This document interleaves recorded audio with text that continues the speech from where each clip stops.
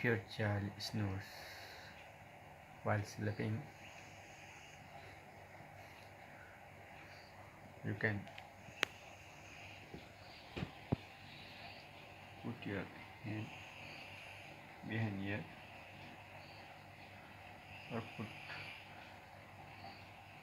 something that is round or must be very soft so that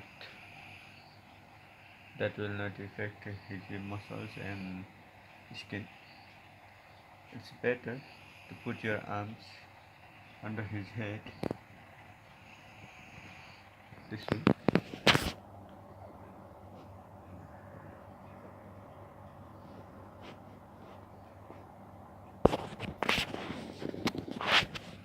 This way.